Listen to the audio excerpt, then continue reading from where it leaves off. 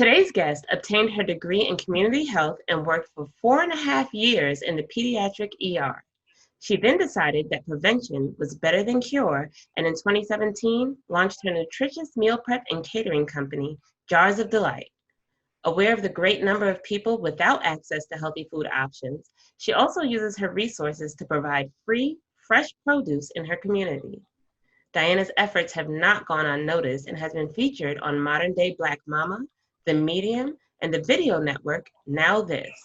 Please welcome leader, entrepreneur, speaker, philanthropist, and so much more, Dianna Rose. Hey, hi everyone. Hi Keisha. Welcome. I'm so happy to have you. I am ecstatic to be here. Thank you so much for even thinking of me. So, Oh yeah, thank absolutely. Absolutely. I see that you've been giving out free fresh produce in your community. Can you tell me your inspiration and your motivation behind that? Absolutely. So you're referring to the Share Health Pop-Up Pantry, which is an amazing initiative we started here in Southeast Queens through the Blaque Resource Network, an organization that I'm a founding member of. And one day our founder, Leah Abraham, received a call and it was, hey, we have 800 boxes of produce. You know anybody who needs it? And Wow. it was one of those decisions that you either say, no, or you just take it on. And Aaliyah being the champion that she is says yes, and then we always figure it out afterwards. So we call the Parks Department, a local park that's close to us, and it was a little tricky because it's COVID and there really is no gathering. So we spoke to our elected officials and we spoke to our Parks Department and our local precinct, and we just set up a table and put out a flyer. And within 2 days, the word went out that we were giving out this fresh produce, and it was Share Health. And it wasn't if you didn't have food in your house. It was if you are vested or want to be vested in your health and in the health of the community. And we had about 300 people show up that first pop-up. Wow. And we realized, wow, this is needed. Mm-hmm. And so that's really where it started. We're at week number 6, and it's been amazing. It's been amazing. Wow. But why this resource? Do you think that fresh produce is something that's needed in Jamaica, Queens?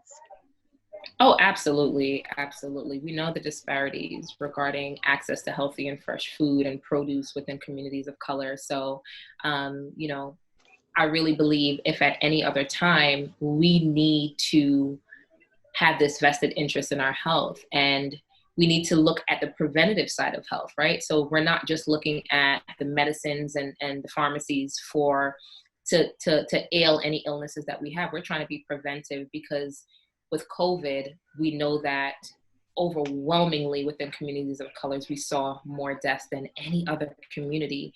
And that was especially because of underlying issues, health issues or predisposed issues that people had. And also we see the correlation between lack of access to healthy produce and fresh foods and businesses and restaurants. There's a direct correlation to obesity, high blood pressure, diabetes. And if you had any of those underlying COPD, if you had any of those underlying illnesses, you had unfortunately a higher chance of contracting COVID and dying from it. So we said, you know what, when those numbers came out, we said we need to do something as a community to really take charge of our health and take charge of the health of our community. So there's definitely a need for access to healthy and fresh produce right now. That's awesome. That's awesome. So you and I are from the same area in Jamaica, Queens. Yes. And I tell the story to people that know me personally. Anybody that'll listen, if I'm talking about it. But I lived in Jamaica, Queens all my life. I grew up there. And when I was 19 or 20, I moved to Elmont, Long Island, maybe about 5-6 miles from where I lived. Jamaica, Queens is a predominantly Black neighborhood, and Elmont, Long Island is not where I was living. Mm-hmm. Right. So my mom came to visit me one day. She was living in Georgia, and she came to Long Island to visit me, and I was pouring milk down the sink. And she says, "What are you doing?" I said, "I'm pouring the milk out." She says, "Well, why?" I said, "It's spoiled." She said, "It hasn't expired yet." And I said, "Oh, no. Milk can only last for 2 or 3 days." But that was because that was my experience with milk in Jamaica, Queens, that when I purchased it, the expiration date was 2 or 3 days away. So when I Right. moved to Long Island and I saw that it was a week and 2 weeks ahead, I'm like, no way, no way. So I just Yeah. poured it out. And I Yeah. see your initiative with hashtag SEQ Fresh, and you're Yes. highlighting things like that, Yes. taking pictures of the rotten produce, the slime on the sprinklers in the Yeah. supermarket. And I'm so happy you're highlighting that because I didn't know it was a problem until I left. Yeah. Why do you think it's such a problem in Jamaica, Queens, and communities like it? Well, the day that I started to take photos on that day, when I saw the slime coming from the sprinkler system, I looked around to see if it was just myself, like if anyone else had noticed it. And Mm-hmm. unfortunately, I think as a community, we've been so desensitized to Mm-hmm. receiving less than perfect produce, Mm-hmm. um, milk, like you said, that expires 2 or 3 days. And that's a real thing. I had a conversation with my little sister the other day, and she was going to throw something out. I was like, no, it's still good. And, unfortunately, the desensitization of what we actually deserve in a community has played a role regarding what we ask for and what we demand. So Mm-hmm. at this point, I said, you know what? I'm not asking the store owners to provide fresh produce. I'm demanding it because it is a social justice right that you provide fresh healthy food for us. Like how can that be? How can you have slime coming from the sprinkler system that's supposed to water the produce that we're supposed to eat? And I just really feel like we're just desensitized to it. And a lot of the times we don't necessarily know how to channel our voice and our action together. And we feel defeated even before we start any initiative. So it's just a matter of something simple. Just take a photo and Mm-hmm. just post it and hashtag it. And I didn't want to create something that was going to be labor intensive. I wanted something that was going to be realistic for people to do and easy for people to do. But I also know that data is so important in this work. So by doing this, we're collecting data to present it to the powers that be to say, this is a real issue. This is not just something we're griping about, something we're annoyed about. This is happening in Black, Indigenous, people of color communities, just not in Jamaica, Queens, but all Mm-hmm. across the country. Mm-hmm. So yeah, Yeah, that's why. absolutely. Yeah, absolutely. And I see that here in Georgia, where I live now, when I go grocery shopping in different counties, opposed to the county I live in, it's just different as far as what is available to you, Yeah. depending on what community you're in. And you're right, we are desensitized because, like I said, I had no idea until I left that community. Hmm. But we don't know, but somebody knows. The Somebody people knows. bringing in that produce, bringing in that milk, they know when that truck is Hmm. where that truck has been, how long it's taken to get to them. And the Yeah. fact that they are allowing it to reach these neighborhoods in that condition is unacceptable. And I'm very grateful that you are taking the time to do the work because it's necessary. Absolutely. Thank you. Thank you. You're welcome. So you obviously have a love for nutritious food and giving access Yes. to other people to nutritious food, and you have your company, Jars of Delight. Tell Yes. me a little bit about Jars of Delight. Well, Jars of Delight is my third baby, and I call it the gift because, to be honest, it wasn't an endeavor, a business that I set out to start. I didn't sit down and come up with the name in terms of like, when you plan a business, I was meal prepping for a friend and I would prep in mason jars and he posted it online and he called me the next day and was like, hey, my friends want this, or my colleagues or the people at my gym wanted this. And I was still working at the hospital. And I'm like, what are you even talking about? This is not, what are you talking about? And long story short, within 4 months of that conversation, Jars of Delight was born. And I had about 15 very faithful meal prep customers at that time. Wow. And it was just so amazing because I'm like, wow, people really enjoy this food. And I don't know if it was really the presentation of it or the taste or a combination of both. I guess it's a combination of both. But they just, I just kept on getting calls for meal prep service. And then 5 months after Jars of Delight was born, after that initial conversation with my friend, I called the women of business entrepreneurs in the city, and I wanted to table. That was my first time tabling, vendoring at an event, and I gave the pitch to her, and the organizer of the event loved it so much. She's like, "You need to be our lunch caterer." And I'm like, oh, sure, no problem. And spoke with her. Goya was one of her sponsors. So I was able to go to Goya's warehouse in Jersey and go shopping and get all this free produce and free ingredients. And then she calls me back later the night and said, Dianna, I never gave you the count. It's 350 people. Keisha, okay. So at that point, I had already committed, and I was like, how am I going to, at that point, I've never made more than 15 jars at a time. Right. And I'm telling you, by the grace of God, and I can only say it was by the grace of God that he allowed doors to open instantly. And I got into a commercial kitchen that was able to really facilitate and just advise and mentor me. And the event went off, I mean, like without a hitch. It was so beautiful. Wow. And for my first event, I had all of these professional photos, and it was just so amazing. And then the guests at the event, they're all business owners and they host events. So for maybe about 2 years, I've never had to pay for marketing. I've never had to, it's always been word of mouth. And so I kind of shifted from meal prep service to catering events, large catering events. So 300-400 people events, person events. And so that's been like 90% of where our revenue comes from, is large catering events. So it's been, you know, so I call it a gift. Like I said, I didn't set out to start the company. So God just entrusted me with the vision and the opportunity, and I just, you know, carpe diem the moment. So it's been a venture, you know. I really look at it as a gift. That's awesome. That's awesome. When you listen to the call and you're obedient, things tend to work out that way. Yes, it does. Always. Yes. Always. So I know your company, or what's really important to you, is sustainability. Can you explain to people who don't know what sustainability is, what it really is?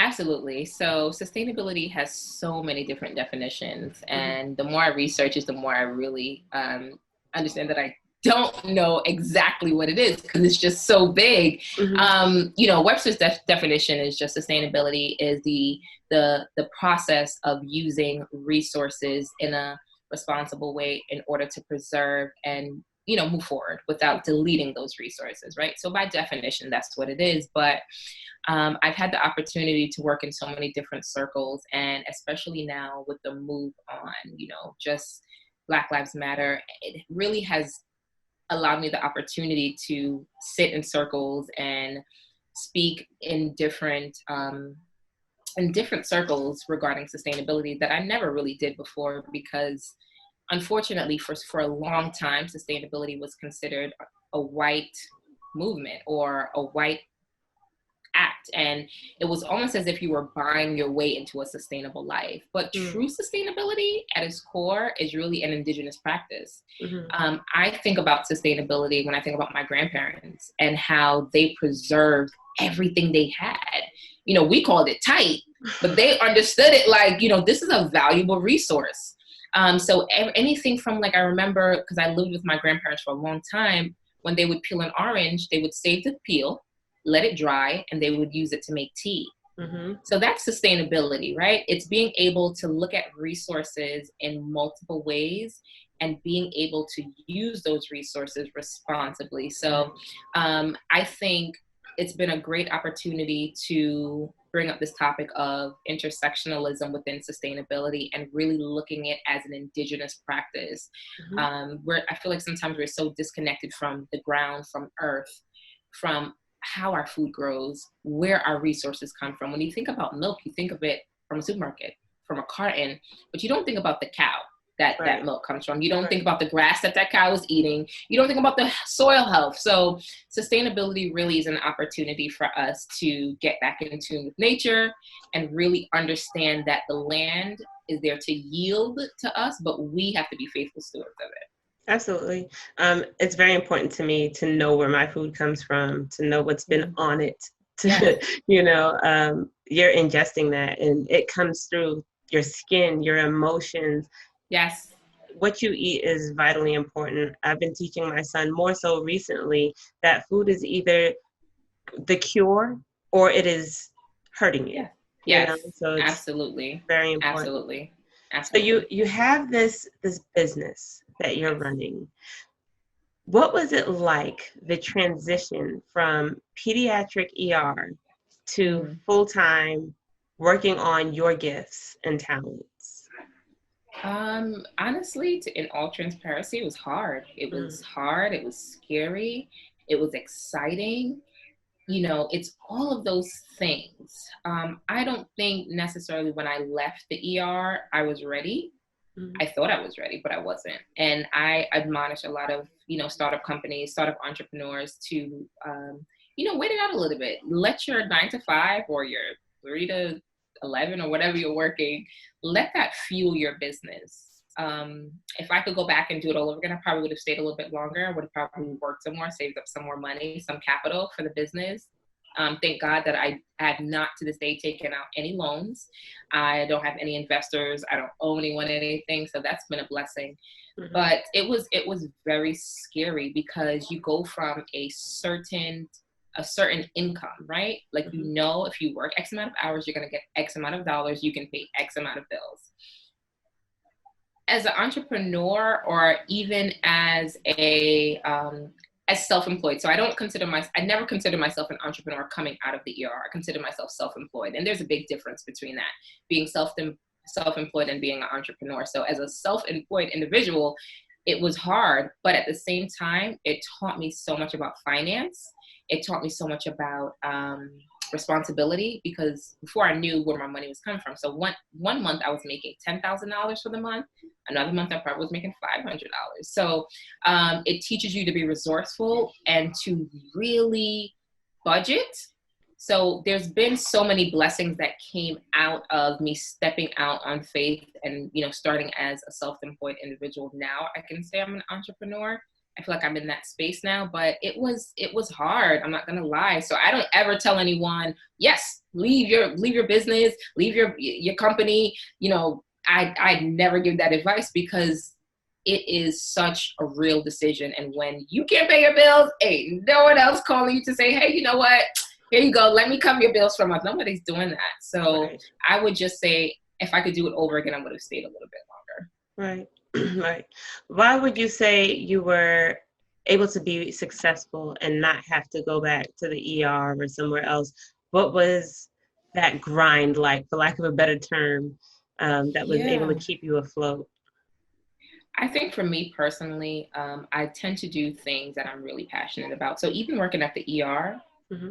I've never had a job that I hated going to, that I woke up in the morning and said, oh, I don't want to go to work today. Yeah, you have your off days where, you want to be home. But for the most part, I've always placed myself in positions that, whether as an employee or whether as an employer, I love being there, or I Hmm. appreciate being there. So I can't really say that it was necessarily a grind mindset. It was a passion mindset. Like, I love the idea that, yes, I was providing a service, but I was also educating people on sustainability, on access, on food justice, and why all of this is important. Because the first thing I always get is, why are you catering in mason jars? Like, what is that? Like, we've never seen that before.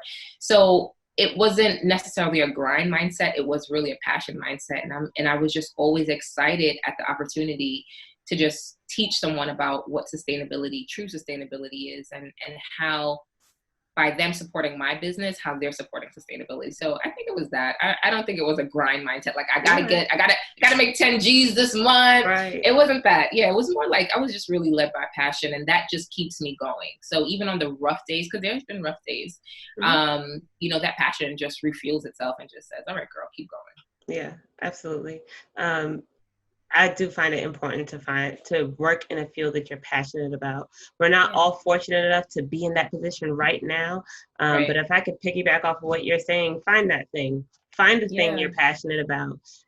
You'll do the world a huge service if you you find the thing will. you're passionate about, find your purpose, and just walk in that.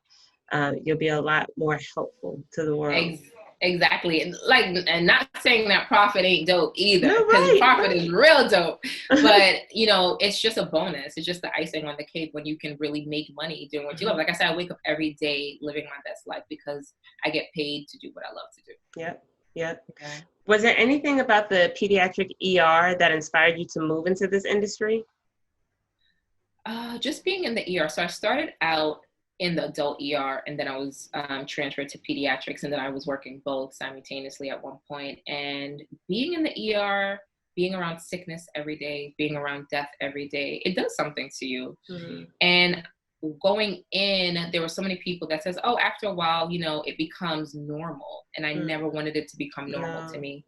And I just said, you know, seeing a 5-year-old, a 7-year-old with diabetes, you're like, what? Like their whole life, you know, is ahead of them. And just seeing people who had chronic and communicable diseases that could have been, you know, prevented just by simply changing their diet. Seeing what they serve in the hospital was another thing. Like, how are you serving somebody steak and they, you know, they just have like, you know, heart failure or something like that. So crazy. It was so, there were just so many things that I thought, well, if we can prevent people from getting here, that's the goal. And we know that one of those ways is nutrition. So if you can provide that access to nutritious food, coupled with education, you can prevent a lot of people from going to where I worked for 4 years. So that, I think that unknowingly that was there, you know. And so when I went to college at first, I majored in, I was pre-med. I knew I was going to be a doctor. It was written in the stars. My name is Dianna Rose, DR. Like, so I just knew like I was going to be a doctor. And then I took a course in college, my sophomore year, and it was in chronic and communicable disease. And I changed my major that day to community health, like literally that day. Went downstairs, declared my major as community health. And at the time, this was like almost 10 years ago, everyone thought I was crazy. They're like, what are you gonna do with that? How are you gonna make money? Where are you gonna work? And I just thought maybe the CDC, you know, the NIH, OSHA, one of those big organizations, but not knowing that at that moment, God already had it planned out. I just had to be obedient. So I look at it as a complete journey from college to working in the ER to where I am now. To actually being paid to be a community health advocate is amazing. It's like, sometimes I just really pinch myself, like, what? That worked out, Diana. So yeah, definitely. Doesn't the whole journey make sense? It does.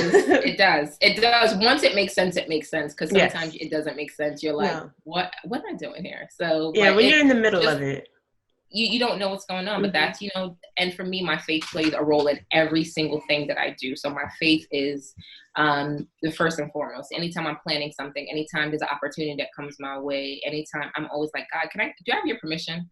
You know, that's a question like I literally ask God anytime, every time. God, do I have your permission?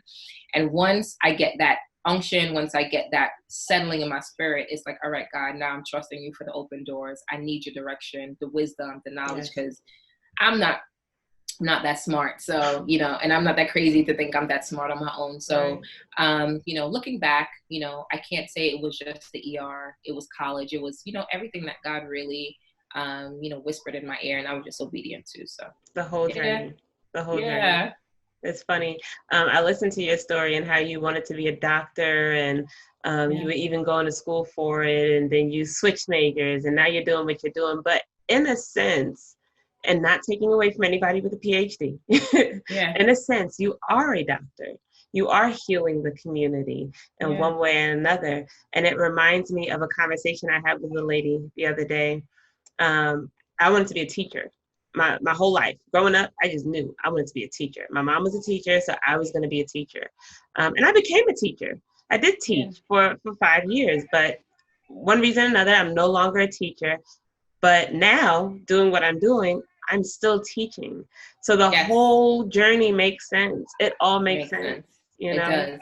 It makes sense. Yes, ma'am. So you are raising 2 young men, 2 beautiful young men. My baby. Very brilliant. One of your sons is an author. Yes, he's an author. Yes. Yeah. So I know it's not easy raising children, running a business, being a philanthropist, but what would you say to people who say they have no time for their dreams because they're too busy? First, I would say I would try to meet them where they are, because I've realized that while we all have 24 hours in a day, everybody's 24 hours look different. Absolutely. I was blessed to have an amazing village, right? So even though I'm a single mom, very, very good friends with their father, my ex-husband. My mother's close, my sisters are close, and you know, my aunt owns a daycare, so my kids never went to daycare outside of my family. So that plays a huge role in my ability to get up and make moves that a single mom with no resources can do. So I'm aware of that, because I used to always say, well, what if I didn't have this ability? Of course, you find the strength, you find the passion, you find the opportunity some way, but it's different. You know, I can get a call tomorrow to do an event, and I can call my mom instantly and say, hey, mom, can I drop the boys over? And know that they're going to be okay. Yeah. And not everybody has that. So I would say meet people where they are. Mm-hmm. Regarding their village, the support that they have. Because on the flip side of that, there have been people who went after their dreams and have completely devastated their family, their children, have no connection with their children now. And they thought they were doing them a service, but in all actuality, they were doing them a disservice by not being there. Mm-hmm. So, yes, absolutely. If you want it bad enough, you'll find a way to do it. I believe in that too, wholeheartedly. But as I get older, I realize that not everyone has the same access. Yeah. Not everyone. I'm not okay. My son, stay in the door. Just okay. Hi. Hi. All right, mommy's on an interview. Oh, Jackie. Yes, you're gonna see her in a few minutes. Okay. Oh, look, say hi. Okay, maybe not. Okay, nap time. So, you know, perfect example, right? Mm-hmm. Whereas maybe a businesswoman, a mom who has her husband at home can say, honey, keep the kids, lock them in the room with you. Mm-hmm. I have an interview. It's not that easy, as you can see, and that's a real life example.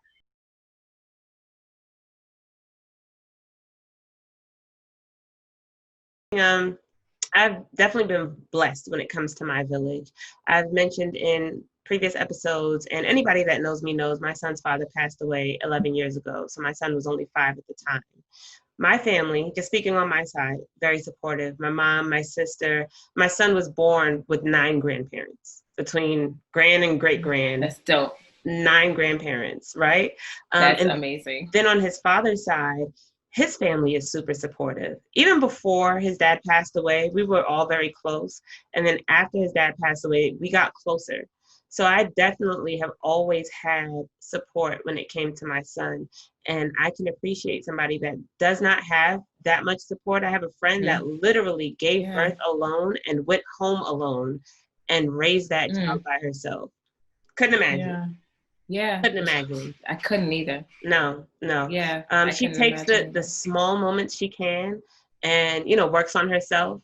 And of course, those are a lot more spread out than the opportunities that you and I are afforded because our villages are so big. But she just chips away at it, and just kind of makes it happen.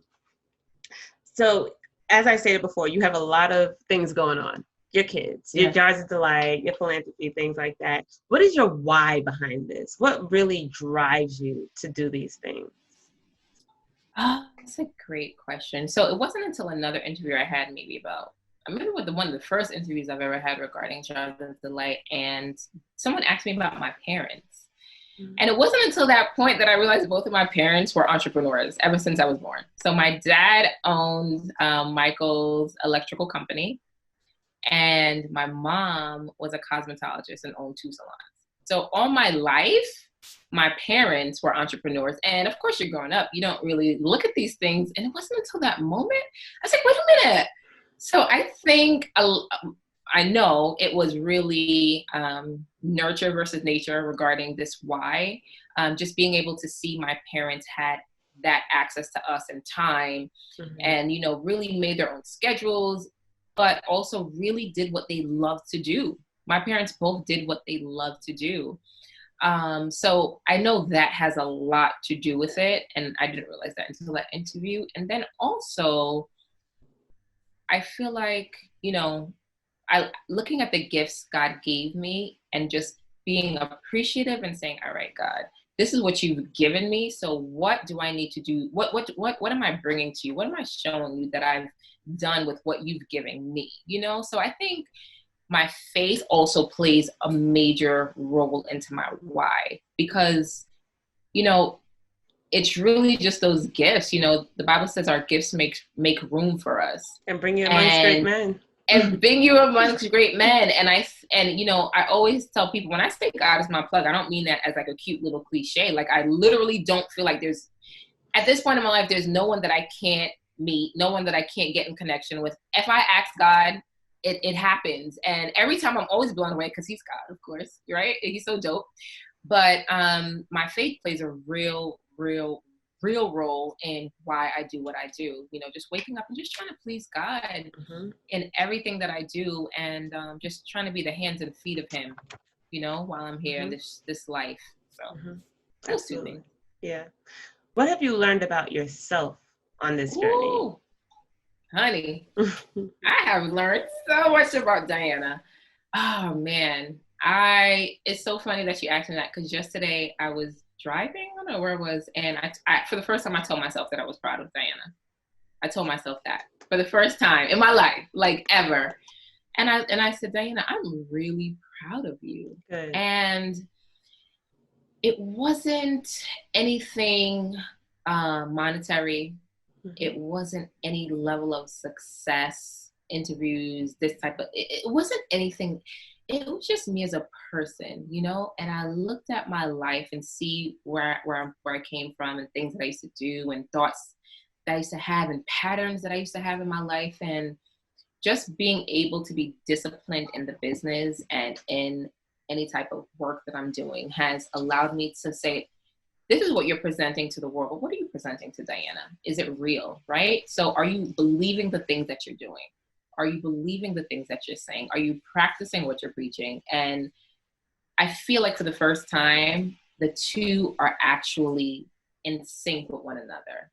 And I said that to myself today, Dianna, you know, girl, I'm proud of you, you know? So I think what I've learned the most about myself is that one, I was very undisciplined, right? So that has, you know, just being in the business really taught me to be disciplined in all areas of my life, not just in terms of business or finance or, you know, just everything. It's really taught me to be disciplined. And I've also learned that there's so, like this, I will tell you, there's so much that I've learned about me during this journey. I've also had to come to the realization that I'm a completely trusting individual. The Bible says, as a man thinketh, so is he. And so naturally, it's just for me to say, oh, no, that's a good person. Of course, you know, that person means me well. And I've had to really, it was hard. It was a hard lesson to learn. And it was a hard truth to come to realize that not everybody means you well. Not every, as my grandmother would say, not every grin teeth or not every smiling teeth is genuine. And I've had to learn that through this journey. And it's been hard because I'm just always like, hey, yeah, of course, let's connect, let's do this, let's, you know, and I've had to learn that.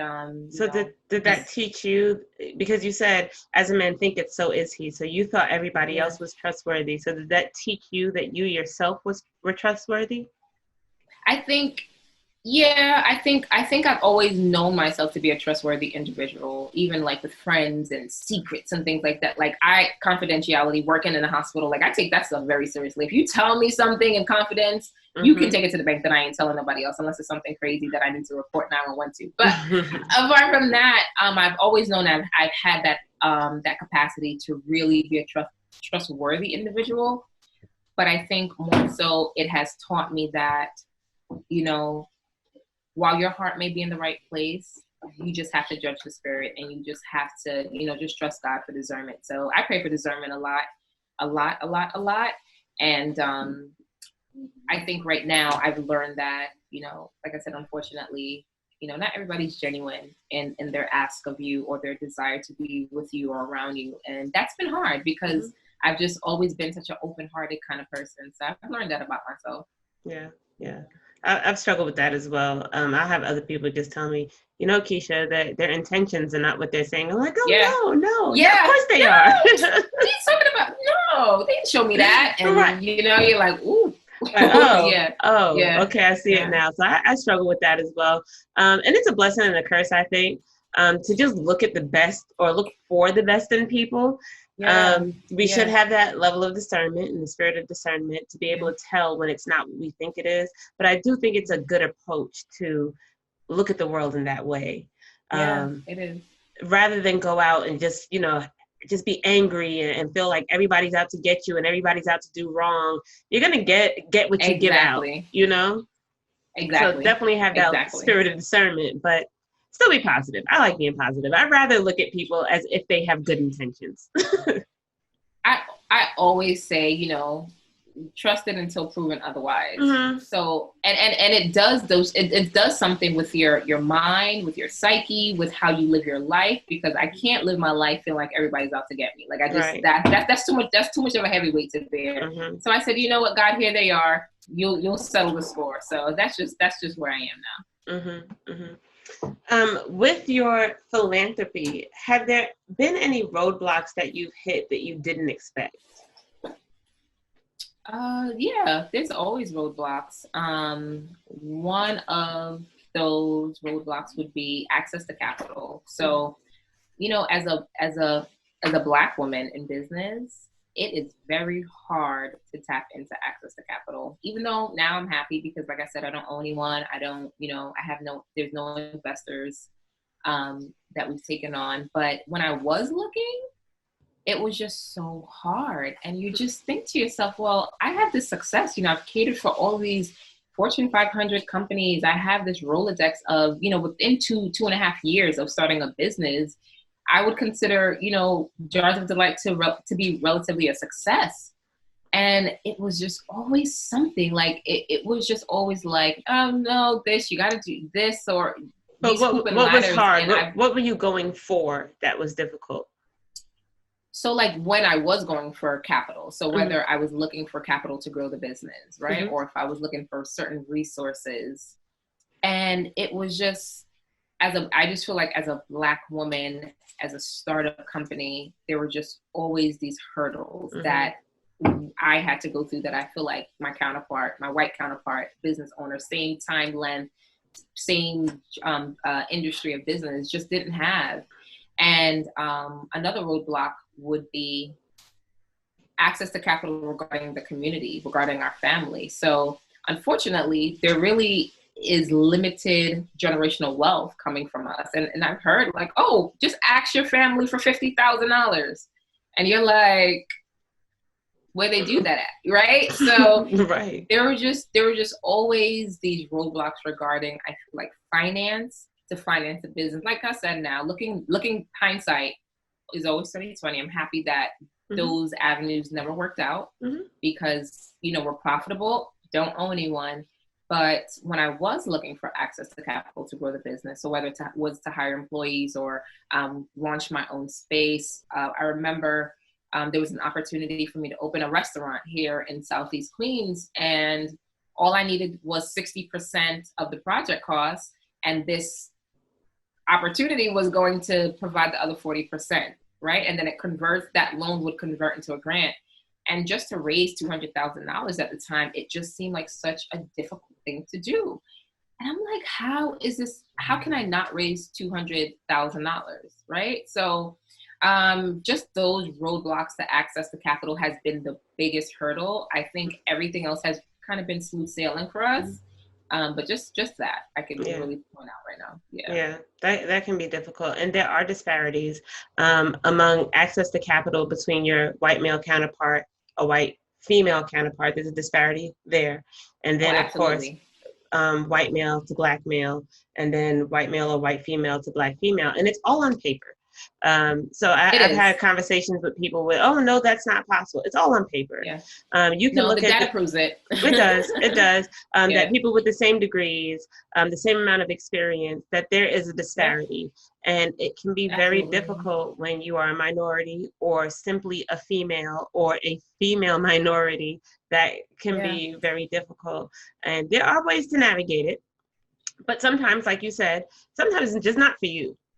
Yeah, sometimes not for you. Sometimes it's not for you. Sometimes it is, and you have to find a way around it. But sometimes God tells you no enough times that you need to just say, okay. Yeah.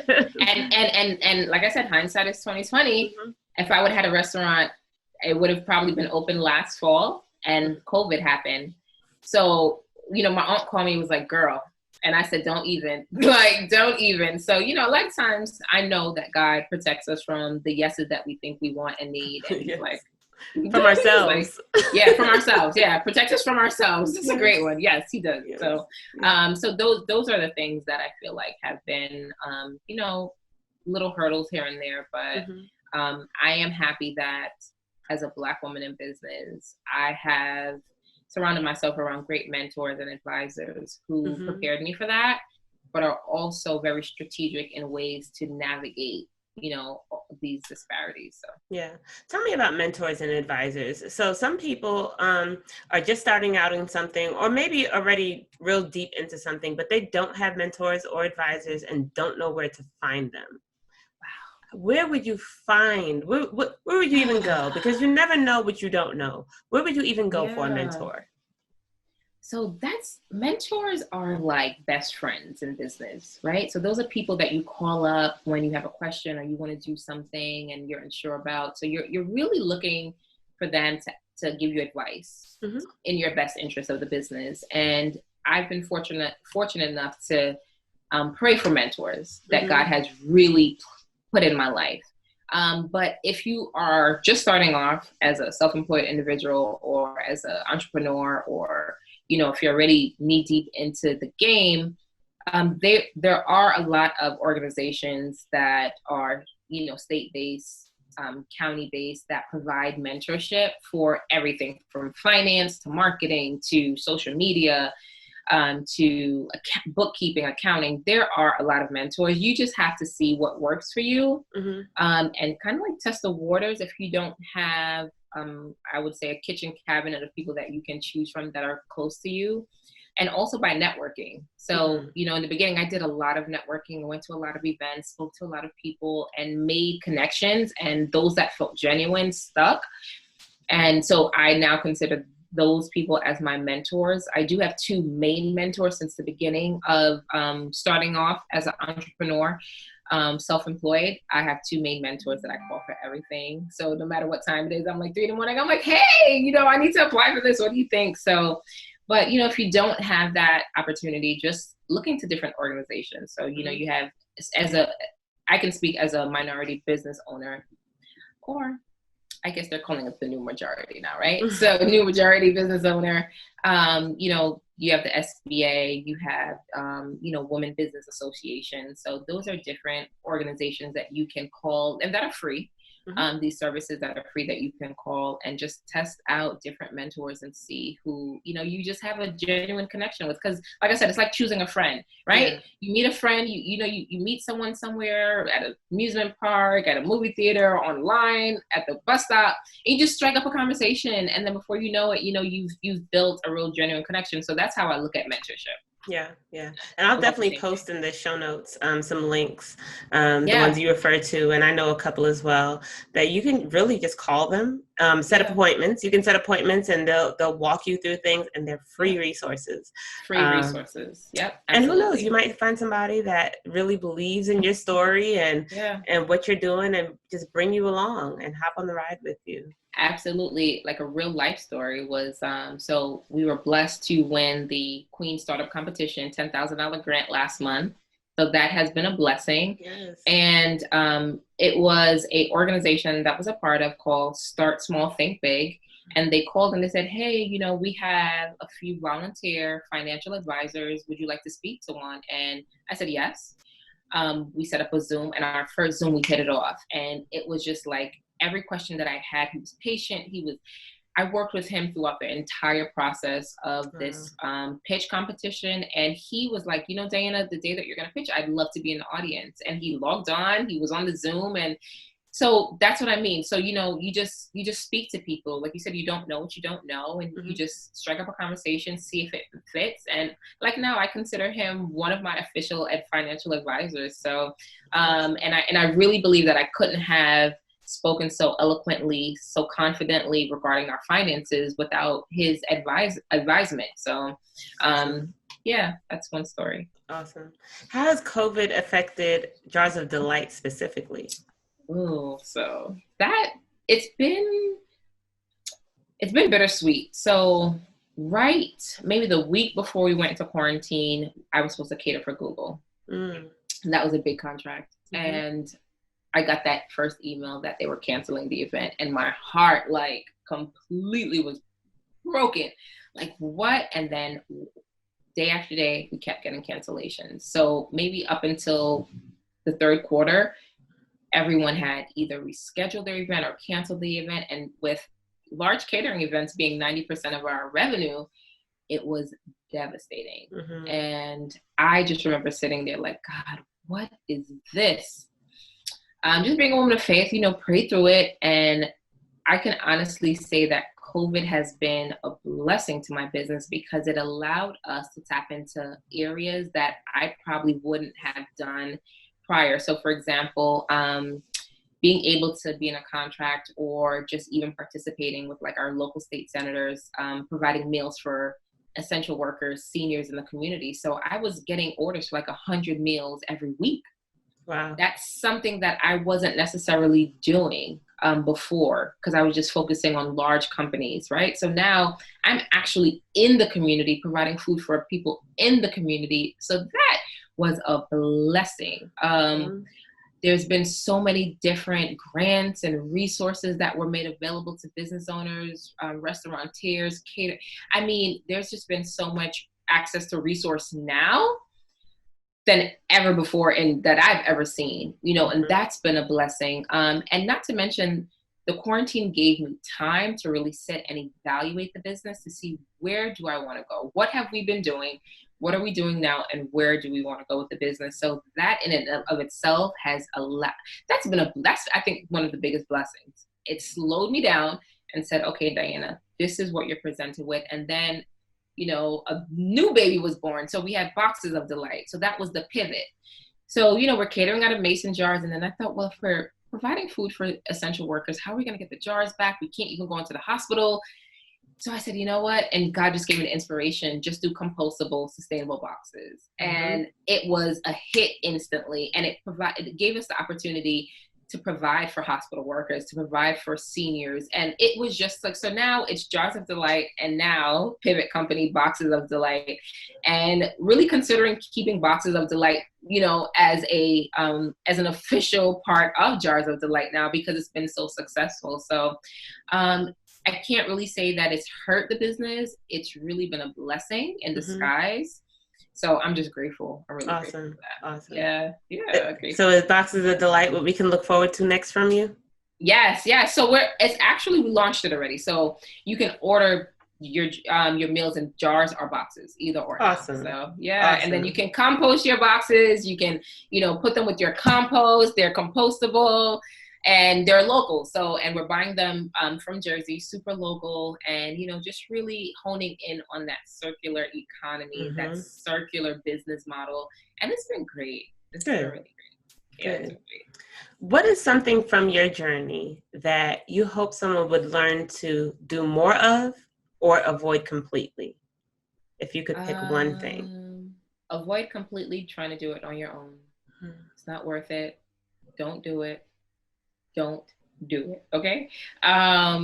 Just learn to let go of certain things, learn to delegate. I wish I would have known that earlier, that it's okay to delegate.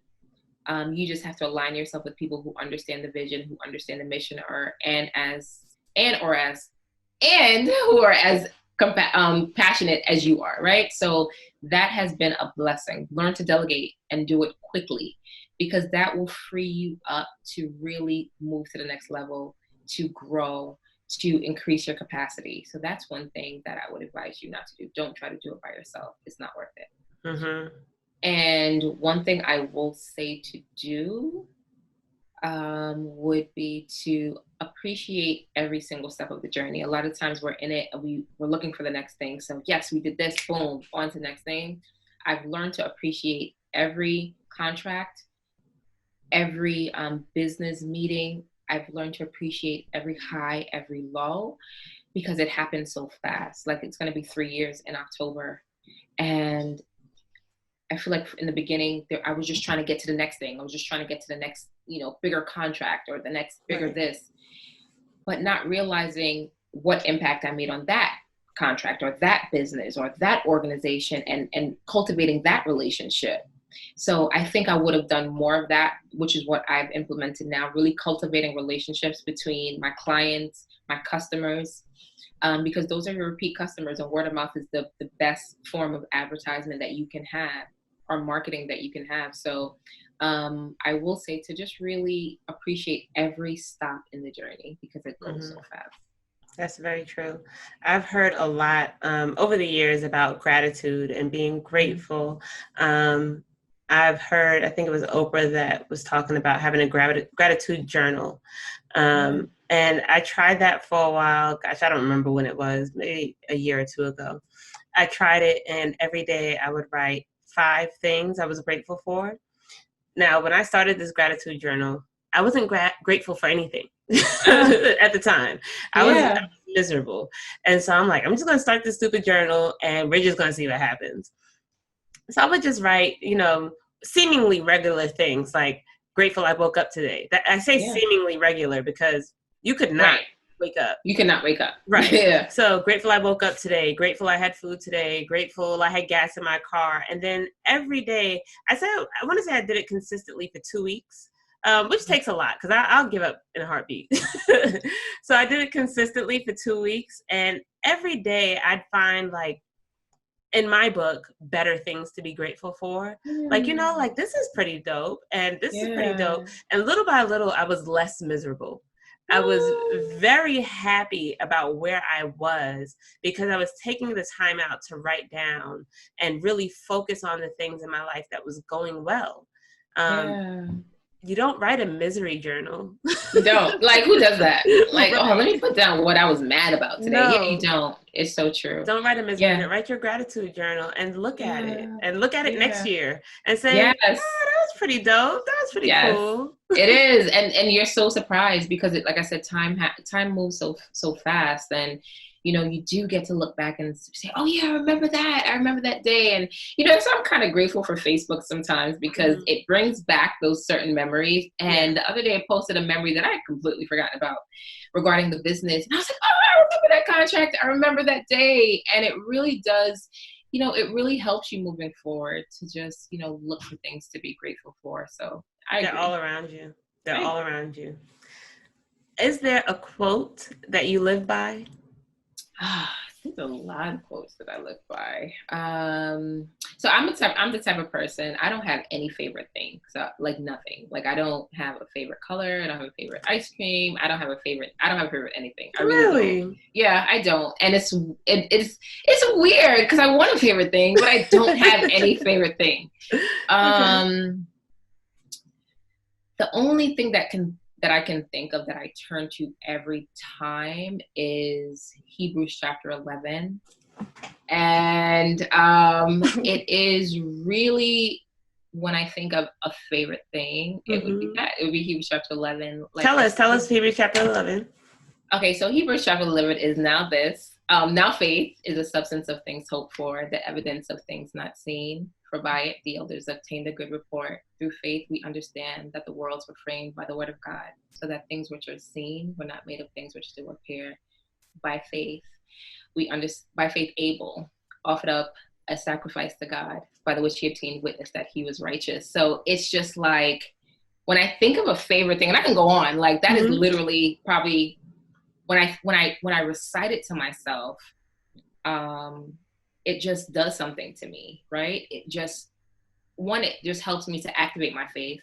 And then you hear about the legacy, you hear about the saints of old who went through some torturous times. And the ending of the chapter is, God having provided some better thing for us, that they without us should not be made perfect. And it's like, no matter where I am in life, when I go to Hebrews chapter 11, it's just like, I don't know, it just does something for me. And it just reminds me that, without faith, it is impossible to please God. And so no matter what I'm doing, no matter where I am, whether it's the kids, whether it's the business, whether it's Dianna, now faith. Yeah. So that's it. Yeah. I see you getting excited. Like, that is well, because I don't remember what the question was I was asking God last year. I was asking him for something. Yeah. And he was not telling me that I could have it or not. I'm like, God, like, I really want this thing. And I don't remember what it was, but God told me Hebrews chapter 11. I was like, well, that's not really an answer. Yeah, that's the answer I was looking for, God. Right. Yeah. I was like, I want a yes or no. But Yeah. he told me Hebrews chapter 11 repeatedly, so Yeah. much so that it's actually on my wall over there. I love it. So, I love it. Like, yeah. I love it. Like, I try every morning to recite the entire chapter by memory, because it's just like, you know, when you really think of, like, the more I recite it is the more it becomes real. And it's just like, it's mind blowing. It reminds me of how great God is. It reminds me where I am in my faith and where I need to be. It reminds me that it's possible, Dianna, you can make it through. Others weren't before you. You're not the only one going through this. You can do it.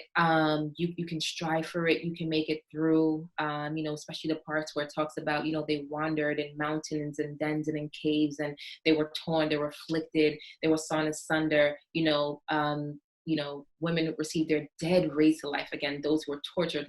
Like, it does something. Like, you know, you start to read it and it becomes alive. And my faith just shoots up. So no matter what I'm faced with. Because in the end, there was a greater thing waiting on them.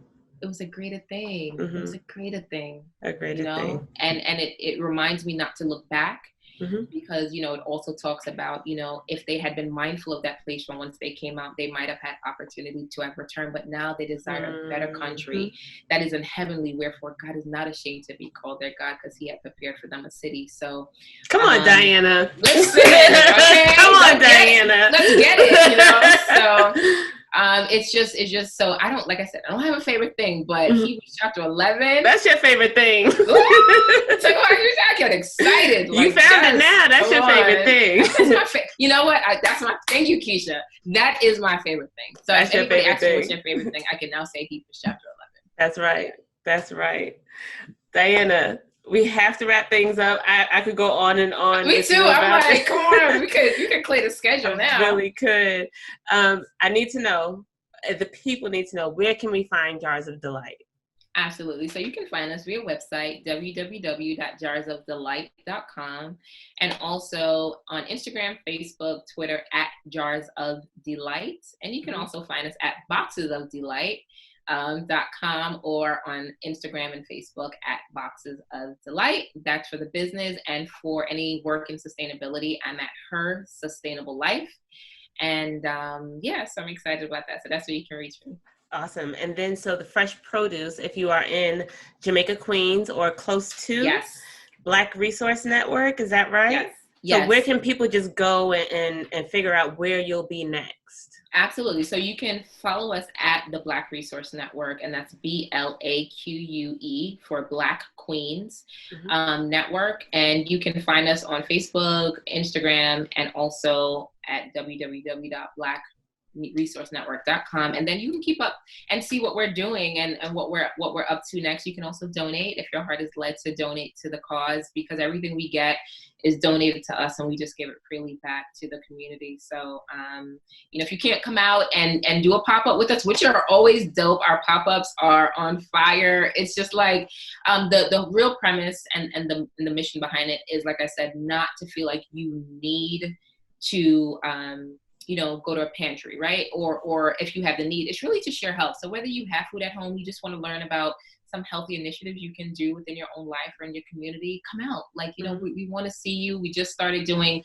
live cooking demos at the pop-up. So yesterday we had one, and we did this strawberry balsamic salad, which was dope. It was so great. So, you know, we have live music from local artists that come out and perform, and we don't ever want you to leave the pantry feeling worse than you came in.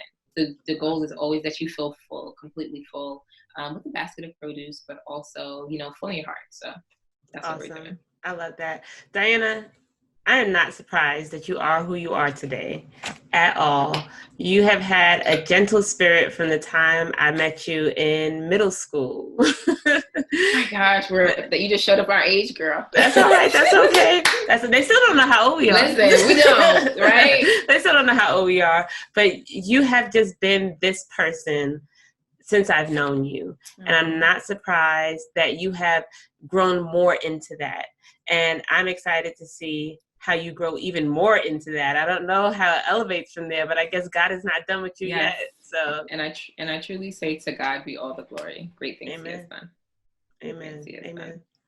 Thank you so much for being on the show today, Dianna. I hope people get a lot from this and that they come out and see you. And Blaque Resource Network, Jars of Delight, cool. Boxes of Delight. It's all awesome. Good for you. Good for your soul. Good for your body. Yes, thank you. And Keisha, thank you so much for just having me on your show. I'm so excited, and it was an honor and a pleasure to be here to do this today. Thank you, Dianna. Thank you. Bye everyone.